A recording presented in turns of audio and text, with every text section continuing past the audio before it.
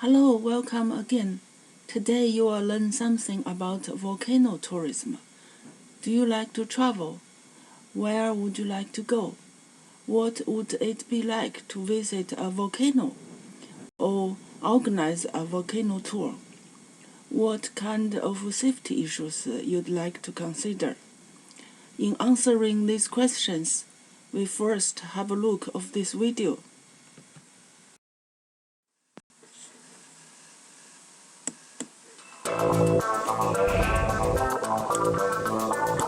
This is inside the volcano tour in Iceland. The volcano was erupted 4,000 years ago. The tourist visiting the 4,000-year-old magma chamber is about 700 feet deep. The hike to the crater is about 3 kilometers. Iceland is the largest volcanic island on the planet. Now, you have a chance to discover one of the most amazing natural wonders of the world.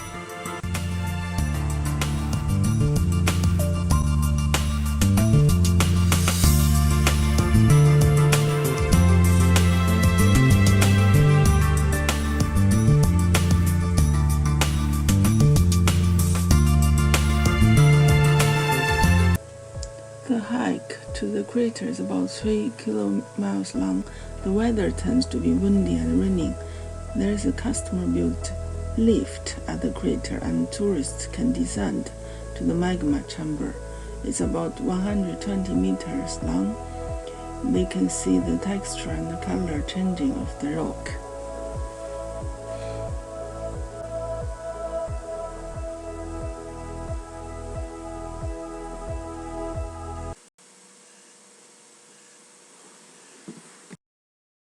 So here are some of the quotes from the tourists. Volcano tour can be amazing, not to be missed, very remarkable. Volcano tourism or tourism to geothermal destinations is becoming increasingly popular in many regions of the world. However, as shown in this video, risk and safety issues are one of the key concerns associated with this form of travel. It is also noticed that not everyone has the same perception. In the following part of the presentation, we will learn about volcano tourism, examine the risk and safety issues related, and investigate how people's perception and other social-cultural constraints can affect their risk management approaches. Though now generally known by this name, volcano tourism actually has a long history in Europe and in other parts of the world, such as the Grand Tour in the 18th century to Vesuvius and Pompeii. In Japan, traveling to pilgrim sites or hot spring resorts that are associated with volcanoes is a traditional form of leisure activity. Patricia has researched into volcano tourism for many years and written many books and publications. She gave volcano tourism this definition. The study of volcano tourism as a subcategory of ecotourism or independent category of tourism has now been very long. Volcano tourism can take many forms or overlaps with the other types of tourism, such as geotourism or adventure tourism. Many of the places are powerful attractions to different types of tourists, including both adventurers and mass tourists. Not only the active volcanoes and eruption tourists are drawn to, they also visit dormant volcanoes. In these destinations, tourists can do simple trekking to the volcano, watching eruption, or other derived activities such as mountain climbing, skiing, or cruising, and also hot spring and spa sightseeing. Here I have got a list of tourist forms that can be part of volcano tourism. The safety and risk management for tourists are not always easily addressed because the variety of travel forms, the types of activities, and also the heterogeneity of the tourists. This is an example of volcano tourism in the form of dark tourism, tourism in Mount Nevada de Ruz, and tours to Emerald, Colombia. Nevada de Ruz erupted on November 13, 1985, and caused the Emerald tragedy. Pyroclastic flows erupted from the crater, sending enormous lahars down the slope and engulfed the town of Emerald, killing more than 22,000 people. The town was completely wiped out. 1986, Pope John Paul II was in Emerald, and the area was declared a national cemetery, and the habitation was no longer permitted there. The survivors and the municipal administrators had moved to the town nearby. What does the town look like today? Colombian government has tried to slowly erase the name of Emerald from the map and official documents. If you go to TripAdvisor or some other major tourism platform websites, you cannot see the name of Emerald. The relationship between tourism attraction and the image of a country is reciprocal. A negative image can be hard to reverse and can be a barrier in attracting tourists. But still, there are apparently over 35,000 tourists a year in Emerald. There are volunteers working there in order to provide tourists with information and guidance. A charity organization was set up and is devoted to preserving the cultural heritage of Emerald. This includes setting up an interpretative site in the old town, focusing on people and places found in Emerald before the eruption, building a cultural tourism route to the city from other parts of the country, and collecting photos and stories of the old life in Emerald. This is another photo, shows a derelict hospital, and tourists are visiting there. This map illustrates some of the key volcano tourist destinations around the Ring of Fire of the Pacific Ocean.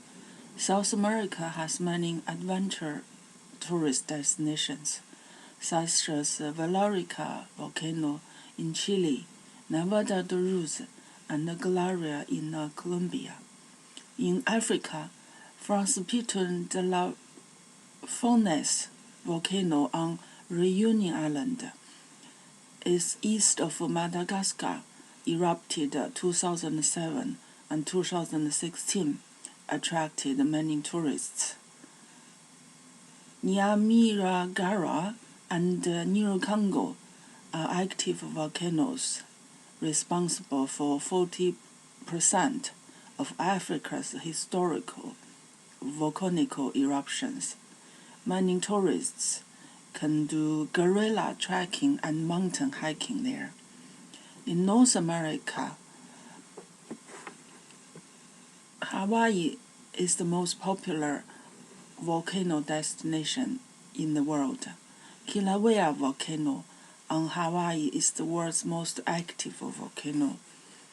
There are also Mount St. Helens, Mount Rainier, and Yellowstone. In Asia, Mountain Fuji is a mass tourist destination and the most secret place in Japan, attracts over 1 million tourists each year.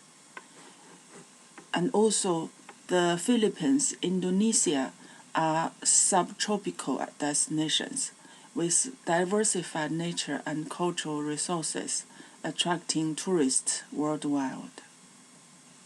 New Zealand and Russia and Alaska are new hotspots for adventurous tourists.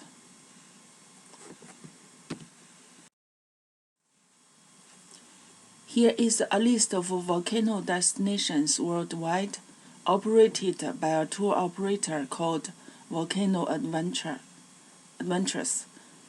The company is one of the biggest volcano tourism operators in the world and is based in Europe, Indonesia, and Hawaii, organizing adventure tours to volcanoes and sea eruptions worldwide. Most of the tour leaders are geologists, scientists. They work in close association with the scientific communities. Here is another example of private tourism business called Destinations from Volcanic Experiences. It's a tour operator based in the UK and led by geologists. The tours they organized are very specialized, so the credit of the tour operators, tour guides, is an important safety aspect of visiting volcanoes.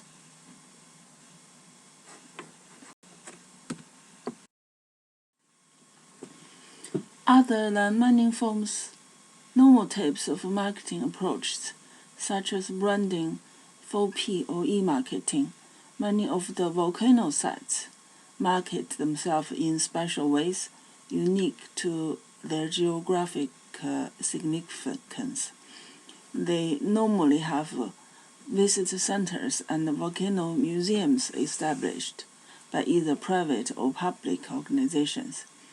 These centers or museums have educational function to visitors and the residents and can add visiting experience to the tourists.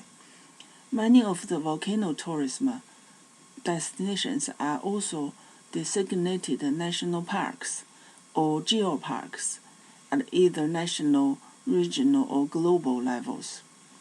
These are areas that have a geographical significance.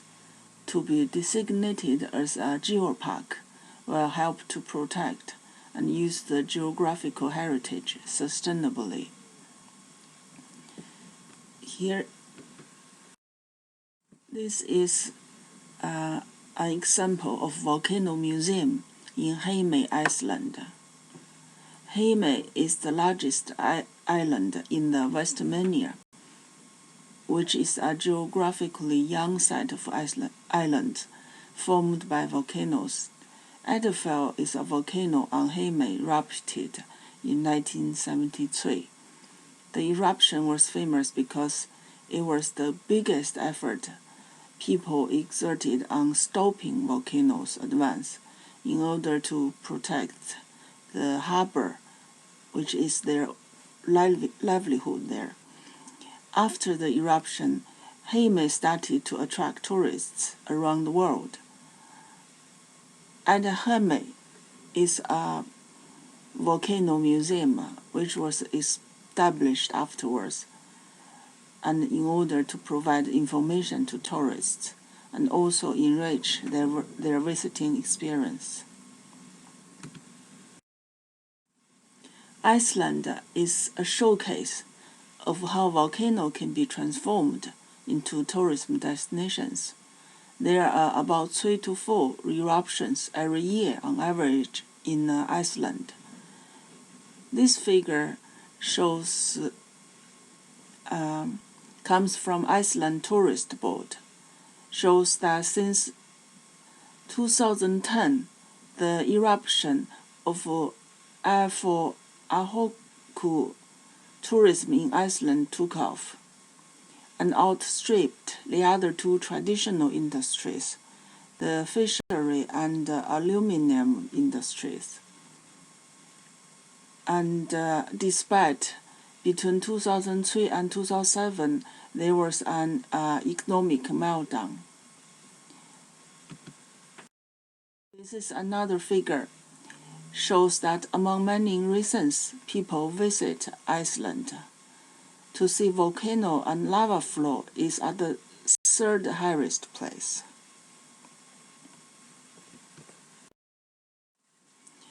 The eruption of Aotearoa had far-reaching effect.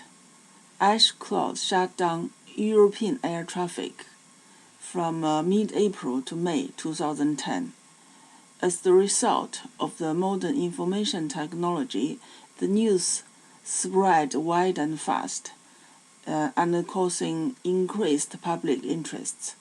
Volcano tourism is all over the internet, on the news and in social media. Many people did not even know about volcano and Iceland before, but started to visit it. It has the similar effect that really there's no such thing as a bad publicity. It is estimated that about 25,000 onlookers visited the eruption a week after, and special tours were organized, often led by geologists or volcano fans. Similar cases are the eruption of the Baden-Bunga volcano in 2014, created a new tourist destination. Kelta volcano showed signs of unrest since 1999. It had attracted many tourists as well, and turned a small village of 300 people into a tourism hotspot. This image shows the Aotearoa Museum, actually. It's a volcano museum established in 2011 by a private business, the Olufers family, after the eruption, and now is part of the marketing and branding of this destination. The family is just under the slope of the volcano and was affected by the eruption. However, after the eruption, the family was better off because of the museum, volcano ash. In the museum, you can buy ash in jam jars or posters explaining how to bake a volcano cake.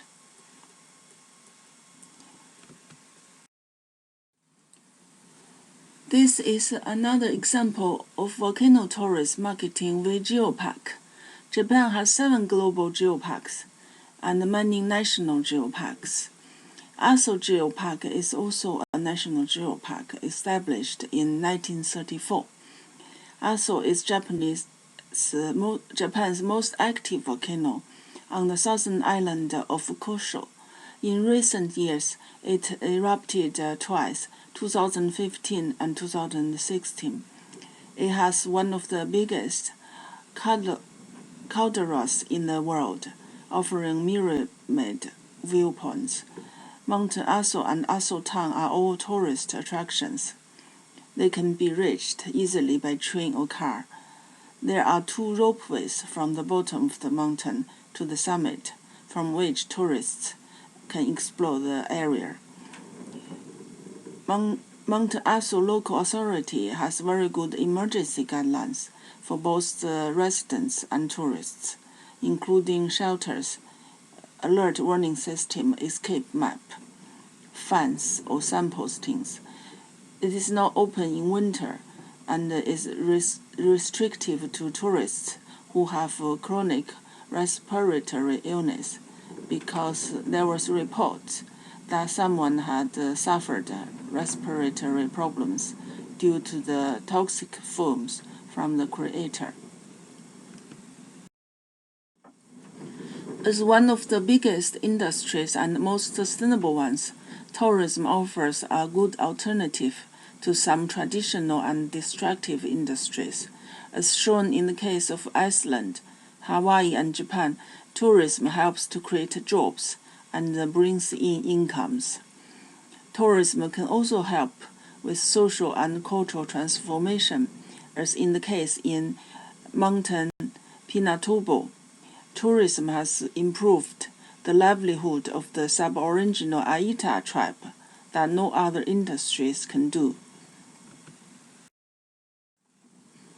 This is the crater lake of Mountain Pinatubo, created after the 1991 eruption. Aitas are the indigenous, poverty-stricken people living in the isolated mountain around Mountain Pinatubo. There are only about 3,000 families. They were significantly affected by the eruption in 1991. They are resistant to change from the Spanish time and reluctant to leave. The mountain is sacred to them, but since 2000, the influx of tourists brought social-economic benefits to them. Tourists can visit Aitas villages, interact with local people, and created different opportunities to sustain their livelihood, including providing services and lodges to the guides, or porters and mountain rangers, acting as tour guides as they know the mountain very well. On the other hand, tourism can bring negative impact on a destination. Many of the negative impacts occur when the amount of visitors is greater than the environment's ability to cope, threatening natural and cultural resources, causing pollution, noises, or vandalism, etc. For example, the landscape was changed drastically in the eruption in Alta El 2017. Many tourists complained that the scenery had been damaged and aesthetic values had dropped in many parts of the mountain and were disappointed by their visit. The eruption in Mount Ontaka in 2014 had negative impacts on wildlife and crops. A rare bird called the retro thunderbird lost habitat because the volcano eruption killed the plant the birds live on. Tourism is the largest industry in Hawaii, the largest single source of private capital into Hawaii's economy, and the biggest generator of jobs among the major economic sectors. However, this can cause problems as well. Hawaii contains the world's most scientifically valuable lava tube systems, but the arrival of tourists had been impacting and damaging the lava tube system continuously for many years. Overcrowding can cause significant problems to tourism resources as well. Mountain Fuji and the surrounding regions are the most attractive tourist route in Japan. Each year, more than 300,000 people climb it, and over a million visited the mountain and the nearby towns and villages. Despite years of efforts, this continues to have a profound impact on the environment, whether through mountain trash, poor air quality, or suburban sprawl. As a growing industry, it is recognized that there is a distinct lack of safety guidelines for volcano tourists in many volcano sites. Volcano risks to tourists can come from many areas that can be volcano-related, non-volcano-related, or imposed upon them due to their lack of knowledge and awareness. Unexpected eruptions, lava flows, lahars, toxic gases, or other volcanic hazards can suddenly happen. Potential hazards in non-volcanic environments can create additional problems in emergencies, such as lightning, remoteness, difficult terrain, and adverse climate conditions. Tourists' own physical and psychological conditions can affect their vulnerability to risk as well. Volcano risk can also be associated with policies or human perceptions, Some of the volcano tourists like to explore the active volcanic environment voluntarily or have optimism bias about personal risk. Sometimes these perceptions can be caused by lack of knowledge or information or credit guidance by local tour guides or authorities. In many developed countries such as Hawaii and North American countries, they are very strict about safety and have the best risk management systems for visitors. But in many developing countries, many governments are reluctant to establish guidelines for fear of diminishing the flow of tourist incomes, and tour guides are largely unregulated or monitored for safety. The task of risk assessment and risk management, therefore, is challenging due to the varying degree of danger from volcanoes and tourists, which can generate different types of emergencies. This is a volcano eruption in Kamchatka Peninsula in the Russian Far East. 4 volcanoes were all erupting simultaneously in 2013. Despite the danger, the eruption has become a sightseeing hotspot for the thrill-seeking tourists. The most apparent danger with an active volcano is lava. The temperature can reach 200 Celsius. But the tourists tend to ignore the warning signs and the dangers and go as close as possible to the site. The inrush of tourists forced the rescue team to set up a camp at the foot of a hill. Still, many tourists approach the lava too close to melt their boots or stepping on the fossilized lava, while internal temperature can still very high.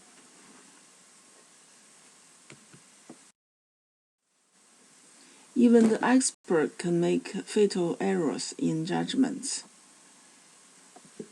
This is a glacial volcano in Colombia. Stanley Williams is a professor of volcanology at Arizona State University.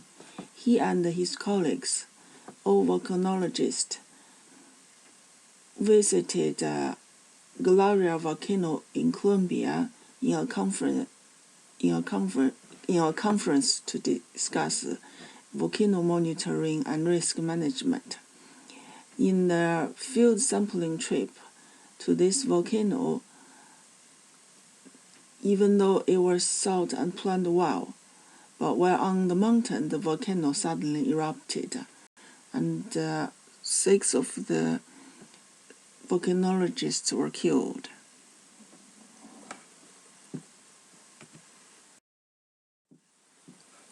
Costa Rica has 3 active volcanoes, attracting tourists across the world, but all 3 volcanoes have unauthorized tour operators taking tourists close to the volcanoes that can be dangerous.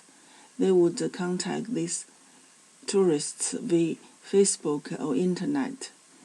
They then would ignore local authorities' restrictions and rules. They do not register or pay on park entrance, but take the tourist along other routes and get closer to the creator. This picture shows Poas Volcano National Park is located about 1 kilometer from the crater, but informal guides would take visitors just meters away from the crater edge.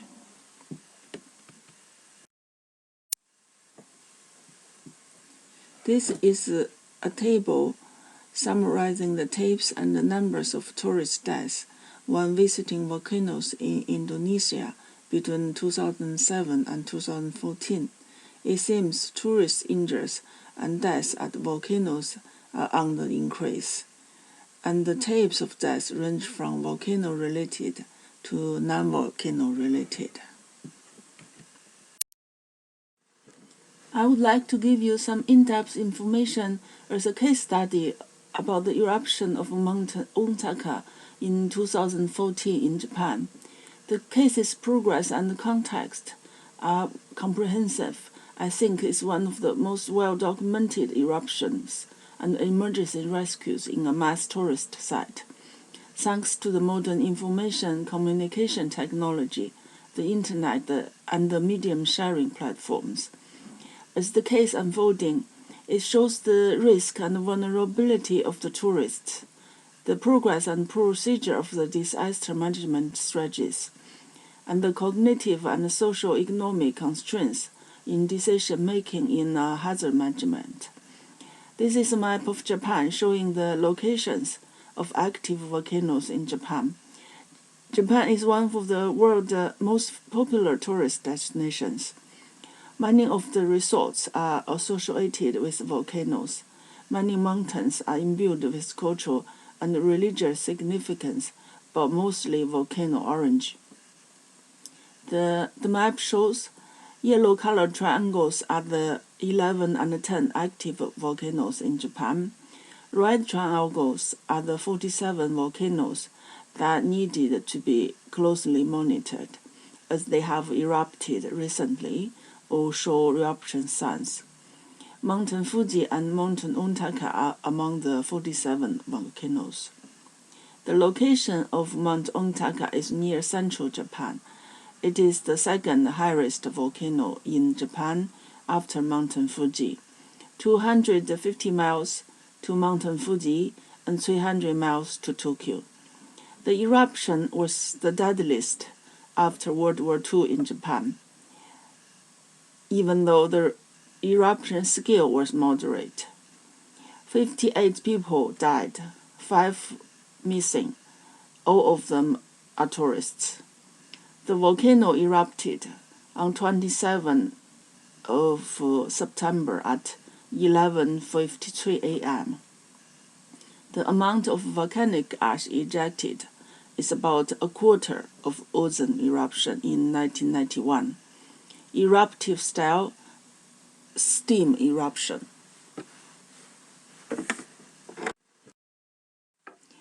Unless otherwise stated, this is a list showing the source of reference for this case, including official agencies such as the Japan Meteorological Agency, JMA, Japan Mountaineering Association, NHK News, and academic publications, as well as internet medium platforms.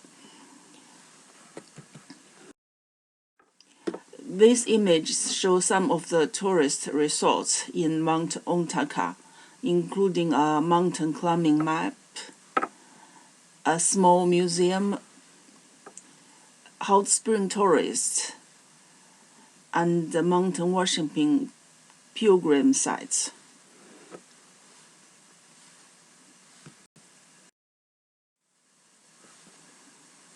This list is compiled from Mountain Ontaka Tourism Association. It gives a list of the types of leisure and recreational activities tourists can do on Mountain Ontaka and the surrounding areas.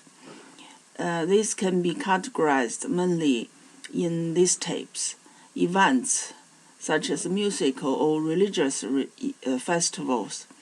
Mount Ontaka is one of the 100 face mountains and recreational mountains in Japan. And tourists can also do sport and leisure activities such as golfing and skiing. There are 3 ski resorts on the mountain and some golf courses. Sightseeing and recreational activities such as sightseeing using the ropeway on the mountain. And there is a theme park nearby as well. People can also enjoy the local food and spa stay.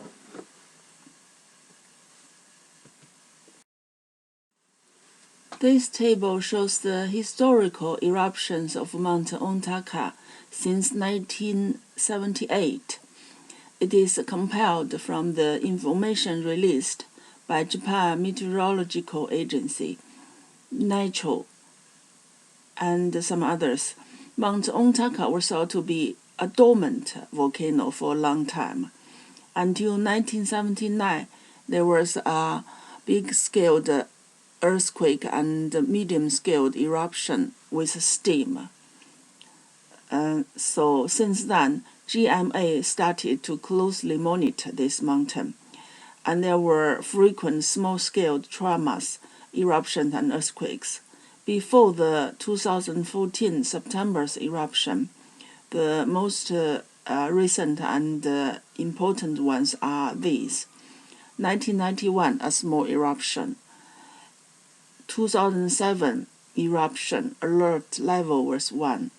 In 2011, on July 27th, Ontaka volcanic eruption emergency measure review meeting was held, and an emergency rescue committee was organized.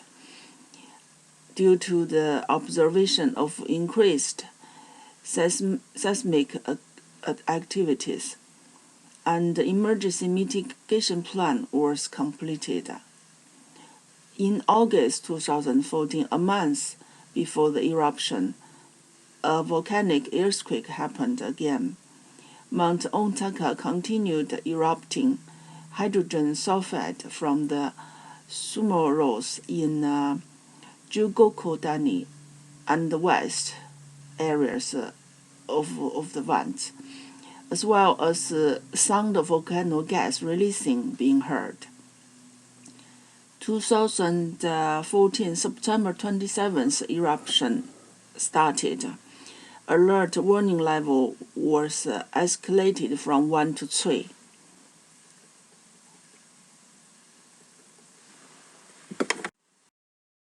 This figure is the eruption scenario forecast, which was completed on July 2011 in the Ontaka volcanic eruption emergency measure review meeting.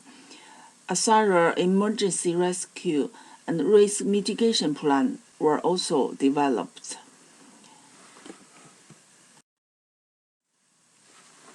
This figure shows the frequency of earthquakes and tremors from August 1st until September 28th, a day after the eruption.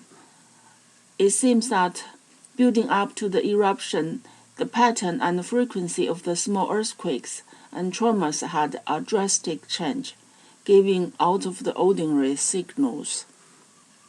These numbers that caused attention are that since mid-September, minor volcanic quakes had been detected repeatedly beneath the peak, including 52 times on September 10th and 85 times on September 11th.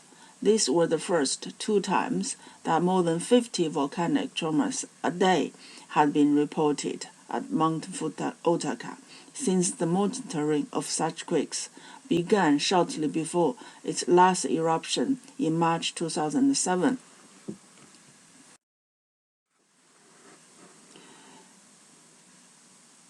Here is a brief timeline of the activities immediately before and after the eruption.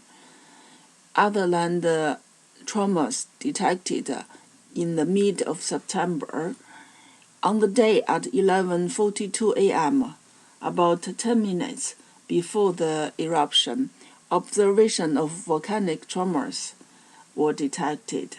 11 minutes before and 30 minutes after the eruption, many volcanic tremors were observed in the high-sensitivity seismic observation facility.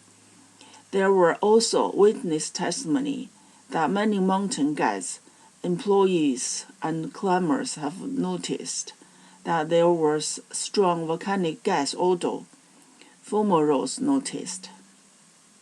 Until the eruption time, alert warning level was 1. 11:53 eruption started. 12:56 Japan Meteorology Agency announced that alert warning level was changed to 3. That means access was restricted. A forecast of 4 km from a crater danger zone was issued. As a matter of fact, a country sitting atop 4 tectonic plates, Japan has a very thorough volcanic monitoring system, adopting most advanced technology and equipment.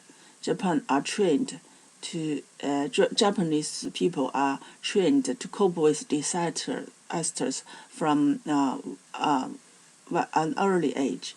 Hazard maps and leaflets with essential information are normally available for every active volcano and can be found from the local council or local government websites.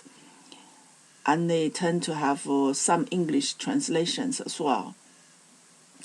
In the meantime, GMA maintains a 5-level warning system for volcanic activities. Level 1 normally refers to normal state, although visitors should still be aware that they approach a potentially active volcano. So Ontaka, before eruption, was all the time set at alert level 1. Level 2, no entry zone around the crater. Level 3, prohibits hiking up the mountain. Level 4, nearby residents should prepare to evacuate. Level 5, immediate evacuation. This figure shows the distribution of the monitoring and surveillance instruments around Mount Ontaka, including, for example, gas, ground deformation, thermal sensors, earthquake detectors, etc., the common equipment and instruments that are used to monitor volcano activities. The white circles are those from Japan Meteorological Agency. Black circles are from other research institutes. There were reports afterwards that some of the surveillance monitors were out of order or not working.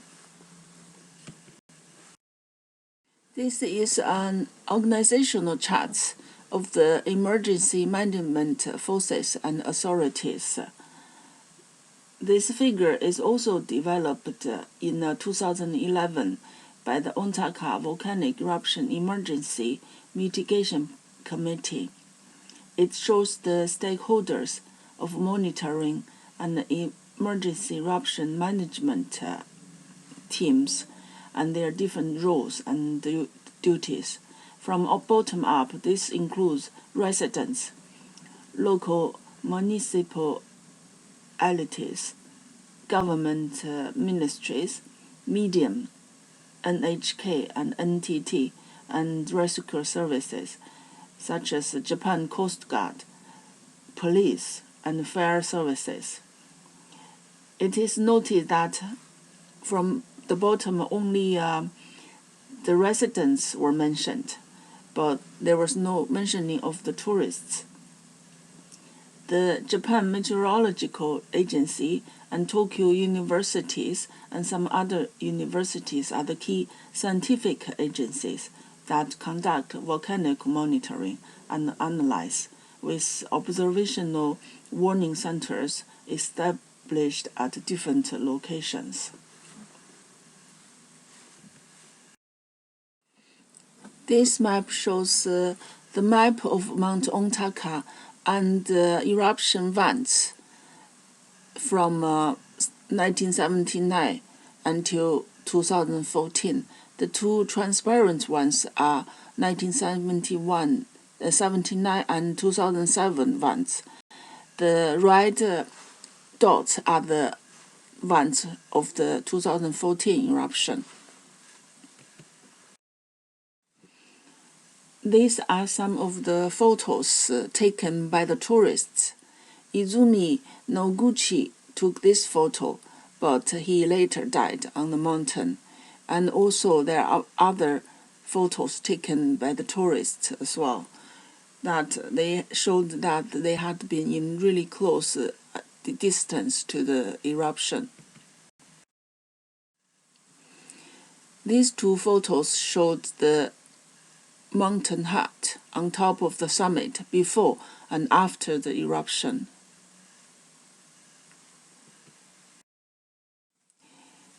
This one is a helicopter rescue route and also showed the time of the rescue operation and some of the tourist resorts and the location of the rescues as well. I would like to present you this video compiled from videos made by NHK and Japan Self-Defense Forces, detailing some of the major events, tourists involved in the eruption, and the rescue operation afterwards. 御嶽山には山頂に近い方から一の池、二の池など5つの池があり、その近くに山小屋がある。そこから望む神秘の湖が50人以上。悪夢の瞬間が訪れる。11時52分、御嶽山が噴火。その瞬間を定点カメラが捉えていた。早送りで見てみると、噴煙が山を飲み込んでいく様子がよくわかる。その場にいた当事者たちは噴火の瞬間、何を見たのか。山頂から100メートル下の山小屋、二の池本館でその瞬間を撮影した者がいる。テレビ初公開の映像だ。もうな、怪我したんやないや。その人あかんのちゃうか？あかんあかん。死んでしまうであれ。こんなこと初めてだな。もう怖い。やばい。さらに山頂により近い別の登山道では。どうせこの影見た方がいい？やばいねこれ。下がるもっと。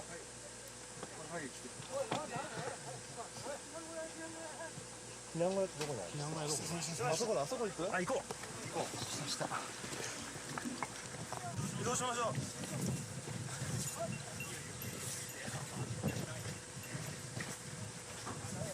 間に合わん。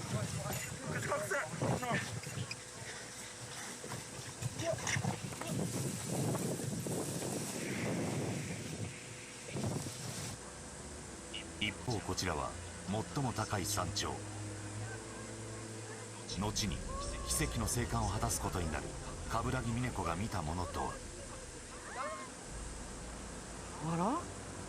何かしら。おい、あの雲普通じゃないぞ。まずいぞ。逃げる前、一枚の写真を撮った。時刻は噴火の1分後にあたる11時53分。長い悪夢が始まった瞬間だった。噴火により一変、登山者たちは逃げ惑い、次々と倒れていった。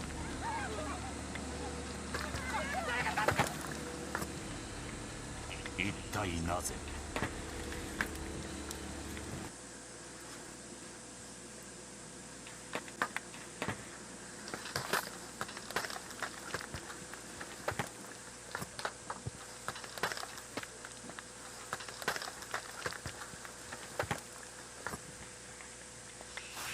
噴石の速さは時速300キロと言われ、中にはボーリングの球ほどの大きさが飛び交った。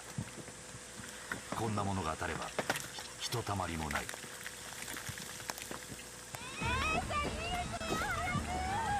山頂の写真を撮ったあの冠城は祈祷所のひさしの下に身を寄せた。登山者の映像をご覧いただこう。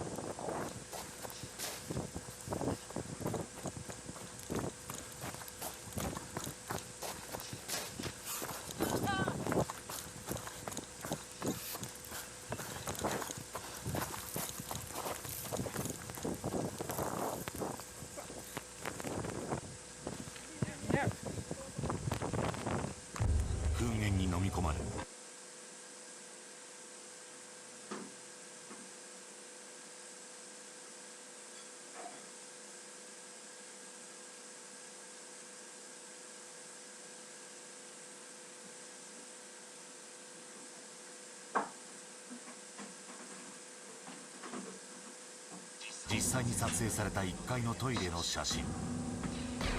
なんと噴石の被害はすでに1階にまで及んでいたのだ。噴火から20分後、突然の雨。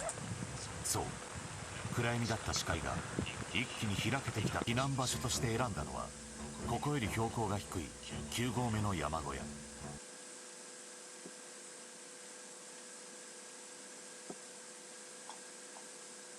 こちらは実際の下山風景。噴煙が上がる中、平坦部を無事に抜け、なんとか50人全員を避難場所へ誘導。から8分後のことだった。噴火の被害が大きく、途中で引き返すしかなかった。さらにうちの国体のヘリが飛んでおりましたので、救助要請をしたんですけど、ただヘリの構造、岐阜県側の登山道から急遽山頂を目指し始めた。しかし向かっている先、そこにも限界を超え壊れていた。しかし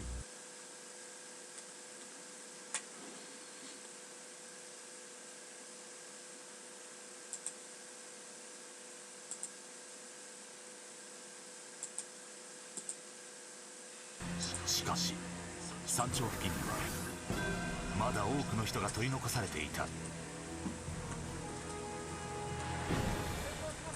その登山者を助けるべく動いたのが自衛隊と消防である。は断念。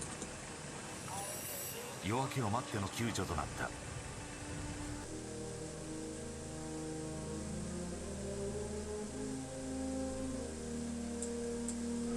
徒歩で入山。あらゆる事態を想定して自衛隊の装備は1人につき20キロ以上に及んだ。登山者の命のタイムリミットは刻一刻と迫っている。ロープウェイが使えず、ただでさえ時間がかかる中、わずか4時間で登りきった。弱っている登山者たちを一刻も早く病院に運ばなければ。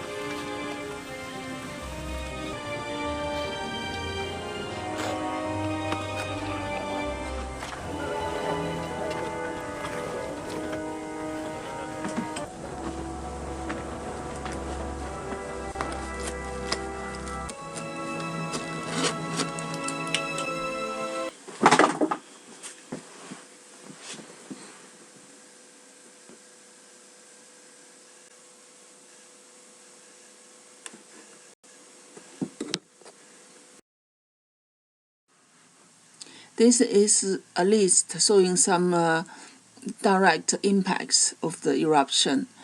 Apart from 58 tourists died, there are some impacts on the infrastructure and wildlife. Road closure in local prefecture. Air traffic had been affected. Some airplanes changed their route. Railway was suspended. Ontaka Ropeway, a tourism facility, was suspended, and later on, more safety measures were installed, such as the using of siren. Vegetation and farm crops have been affected, so do drinking water and air quality. It is also noticed that a type of rare bird had lost their habitat. tourism was affected significantly. Many events and festivals or hotel bookings were cancelled, and ropeway bookings were cancelled as well. Tourists' arrivals decreased drastically. Ski resorts were all closed for a few months, but some of them reopened in November. Same year, many hot spring hotels or guest houses were affected. Many of the mountain huts were closed as well. Most of them reopened in 2015, but one was out of business. And another effect in the wake of the eruption, some other prefectures decided to develop their own disaster mitigation plan, access emergency rescue, and organized meeting and conference, etc. This includes Mountain Fuji.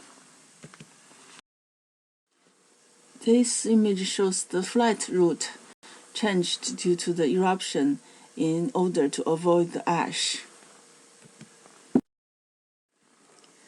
This is the rare bird called racho in Japanese, meaning thunderbird.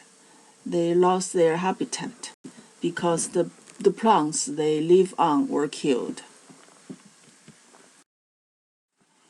The bereaved families have actually filed a lawsuit against JMA for failing to raise eruption warning to level 2, despite observing many volcanic earthquakes and eruptions before the real eruption.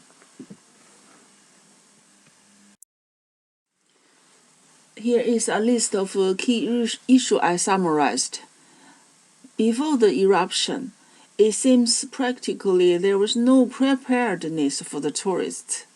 On the whole, there was a lack of warning system, emergency evacuation system, and also there was no warning information to the tourist.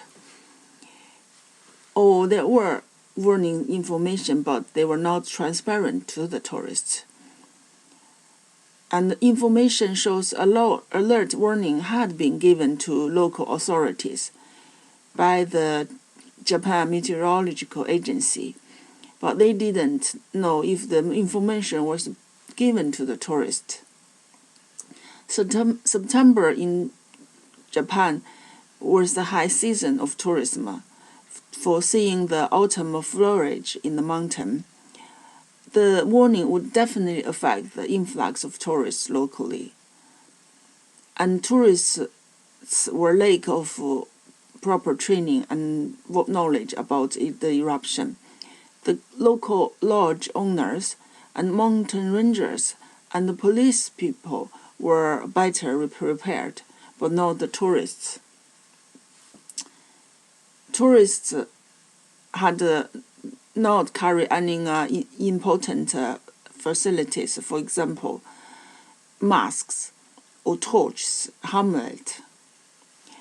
Some did not even know what was happening, such as the elder people. And there was no construction of shelters on the mountain as well.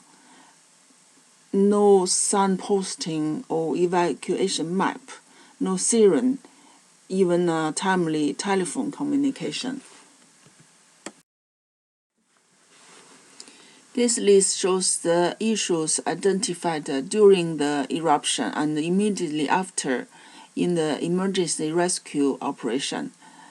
The issues relate to transport and travel because of the mud and ash problems. Many of the rescue forces were on foot, and the communications to tourists and between the rescuers as well, considering there are advanced communication technologies, telephone and internet. The issues relating to the pilot and helicopters, and issues relating to the health and safety of the rescue forces. Some of them had altitude sickness due to low oxygen or fatigue or sleep deprivation, and also the workloads as well. And another issue is about the response time.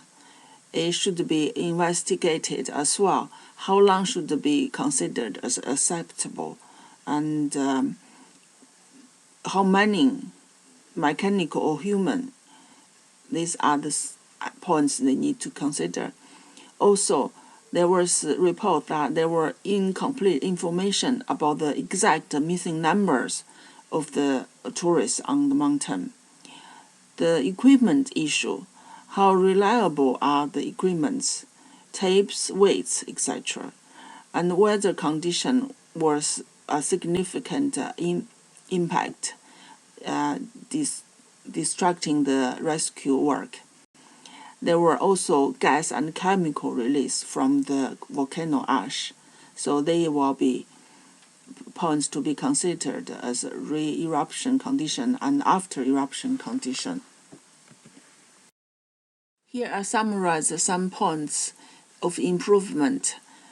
So there are improvements in Japan as well in the wake of this eruption. Something, for example, improvements on facilities, including the construction of proper shelters, installation of siren, signposting, and better monitoring system. And also, people started to offer real-time information on volcano activities with, for example, smartphones at all 47 volcanoes under constant surveillance. And the channels of the information have been put into importance as well, including multiple resources and 24 hours, 7 days, video or internet. The role of the different authorities and other research institutions need to be reconsidered, and how they communicate with each other and to the public, and who should be taking the responsibilities. More transparent information and aggregation for the tourists. Only in this case, the tourists can really take personal responsibilities of their own self-protection. And then another is establishing early warning system. For example, after the eruption, Mountain Fuji developed evacuation map. Tourists are asked to wear helmets and also have to be equipped with dust mask or goggles in addition to raincoat or headlights. I would like to finish this presentation with some quotes. These are the quotes from the top volcanologists in Japan. Sometimes you have to read between the lines. I draw your attention to the contradictions among these statements, such as no sun before and during eruption. And I personally probably thinking that this must be the case during the eruption. All the signals might stopped, and also repeated traumas and earthquakes observed before. And another point is regarding we could just restrict everywhere, but people don't want that. My question would be, who are the people? The quotes also indicate that the eruption warning had indeed been given to the local government. The problem is not because no information, but because no one cared about the information.